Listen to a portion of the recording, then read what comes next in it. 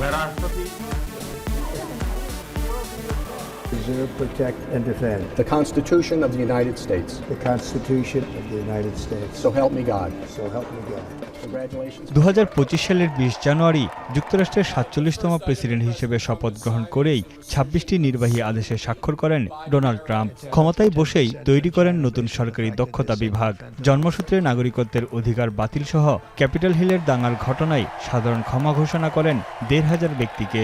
Paris জলবায়ু চুক্তি, বিশ্ব স্বাস্থ্য সংস্থা থেকে যুক্তরাষ্ট্রকে প্রত্যাহার করে নেন Trump. The golden age of America begins right now. এরপরই গাজা উপত্যকাকে নিজের নিয়ন্ত্রণে নেয়ার পরিকল্পনা করেন ট্রাম্প। অবৈধ অভিবাসীদের হাতকড়া পরিয়ে পাঠানো হয় নিজ দেশে। তার নির্দেশে বন্ধ হয় যুক্তরাষ্ট্রের আন্তর্জাতিক উন্নয়ন সংস্থা বা USAID। এছাড়া কেড়ে নেন পূর্বসূরি জো বাইডেনের নিরাপত্তা ছাড়পত্র।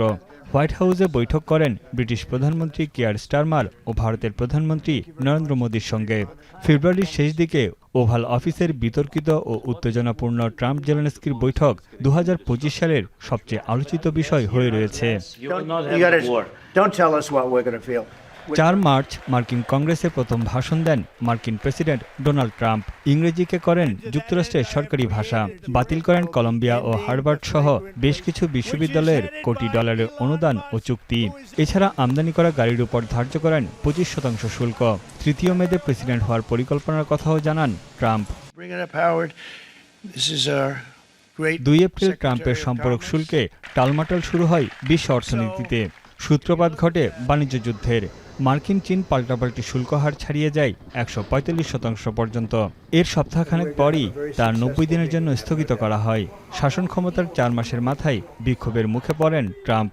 কর্মী ছাঁটাই, সরকারি সংস্থা বন্ধ, অভিবাসী নীতি ও স্বাস্থ্য বীমা বাতিলের প্রতিবাদে ট্রাম্প বিরোধী বিক্ষোভে নামে হাজার হাজার মানুষ। ভ্যাটিকানে পোপ ফ্রান্সিসের শেষকৃত্যে 1.5 শতাধিক বিশ্ব নেতাদের সঙ্গে যোগ দিয়েছিলেন ট্রাম্প। সেখানেই ইউক্রেন প্রেসিডেন্ট জেলেনস্কির সঙ্গে দ্বিতীয় দফার অনানুষ্ঠানিক বৈঠক করেন তিনি। দ্বিতীয় মেয়াদে ক্ষমতায় আসার পর প্রথমবারের মতো গেল 13 মে মধ্যপ্রাচ্যের দেশ সৌদি আরব, কাতার ও সংযুক্ত আরব আমিরাতের 4 দিনের সফর করেন ট্রাম্প। ঐতিহাসিক বৈঠক হয় সিরিয়ার অন্তর্বর্তী প্রেসিডেন্ট আহমদ আল শারার সঙ্গে। এদিকে একই মাসে ওভাল অফিসে দক্ষিণ আফ্রিকার প্রেসিডেন্ট সিরিল রামাফোসার সঙ্গে বৈঠকে দেশটির বিরুদ্ধে গণহত্যার অভিযোগ আনেন ট্রাম্প। ভারত পাকিস্তান যুদ্ধবন্ধের কৃতিত্বের দাবিও জানান তিনি। এছাড়া ট্রাম্পের নির্দেশে ইস্পাত ও অ্যালুমিনিয়ামের উপর শুল্ক হার বাড়ানো হয় 50% পর্যন্ত।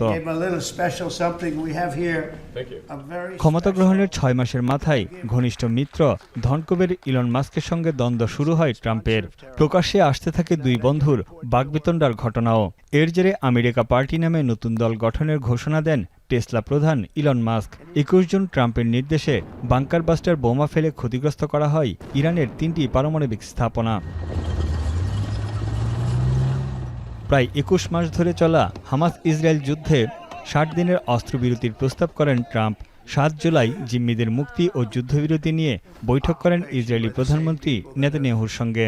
ট্রাম্পকে নোবেল শান্তি পুরস্কারের জন্য মনোনীত করে ইসরায়েল। ইউরোপে আরোপিত মার্কিন শুল্ক নিয়ে কমিশনের প্রেসিডেন্ট উর্জুলা ফন ডার লায়েনের সঙ্গে ট্রাম্পের বৈঠক হয়। আনুষ্ঠানিকভাবে ইউনেস্কো থেকে যুক্তরাষ্ট্রকে প্রত্যাহার করেন ট্রাম্প। থাইল্যান্ড, কম্বোডিয়ার প্রথম দফার যুদ্ধ বন্ধের দাবি করেন মার্কিন প্রেসিডেন্ট। 15 আগস্ট আলাস্কায় রাশিয়ার প্রেসিডেন্ট ভ্লাদিমির পুতিনের সঙ্গে ট্রাম্পের ঐতিহাসিক বৈঠক অনুষ্ঠিত হয়। ইউক্রেন সংকটের শান্তিপূর্ণ সমাধান নিয়ে আলোচনা করলেও বাস্তবে কোনো ফল আসেনি। এর 3 দিন পরই হোয়াইট হাউসে আমন্ত্রণ জানান ইউক্রেন প্রেসিডেন্ট জেলেনস্কি সহ ইউরোপীয় নেতাদের। শুল্কনীতির অধীনে ইলেকট্রনিক্স চিপস ও সেমিকন্ডাক্টরের উপর 100% শুল্ক আরোপ করেন ট্রাম্প। এছাড়া ব্রাজিলের পণ্যে ধার্য করা হয় 50% অতিরিক্ত শুল্ক। অভিবাসন বিরোধী অভিযানে ওয়াশিংটনে 8 শতাধিক ন্যাশনাল গার্ড সদস্য মোতায়েনের নির্দেশ দেন ট্রাম্প। সাধারণ পরিষদের অধিবেশনে যোগ দিয়ে জাতিসংঘের কার্যকারিতা নিয়ে তীব্র সমালোচনা করেন মার্কিন প্রেসিডেন্ট।